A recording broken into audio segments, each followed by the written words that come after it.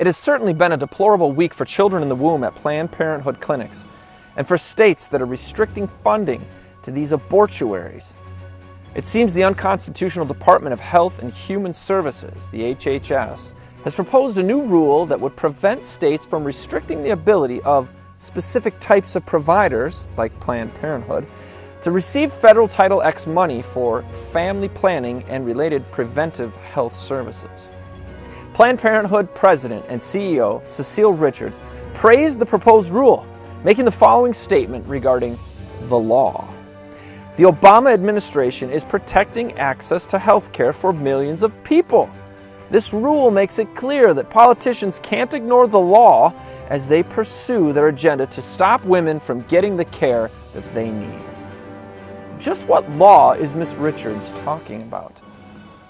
In order to restore right thinking about the law, I set forth the following analogy by Michael Anthony Perutka.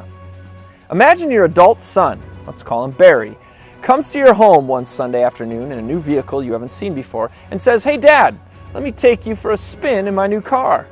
"Sure," you say, and you hop in and take a tour in his new car. After he pulls back into your driveway and you re-enter your home, your wife asks, "Did Barry drive the car rightly?" You think a minute, reflecting on the last 20 minutes you spent in the car. Let's say for the sake of argument that Barry came to a full stop at every stop sign. He drove within the speed limit, obeyed all the traffic signals, and he refrained from texting while he was driving. So you look at your wife and say, "Yes, dear, he drove the car rightly." Now let's add one more fact to the story. Suppose that just before your wife asked you the question about Barry's driving, you received a call from the local sheriff and learned that Barry had stolen the car earlier that day. Does this fact change your answer as to whether Barry drove the car rightly? I think it does. You see, if Barry has stolen the car, then he has no right to drive it at all. Therefore, no matter how safely or recklessly he seems to drive it, without the authority to drive it in the first place, he cannot possibly drive it rightly. There is no right way to do a wrong thing. The point I'm trying to make with this illustration is that when we consider the rightness or wrongness of any government program or agency, like the HHS or Title X, the discussion of its rightness must always begin with the question of authority. Does the federal government have the authority to do the thing in the first place?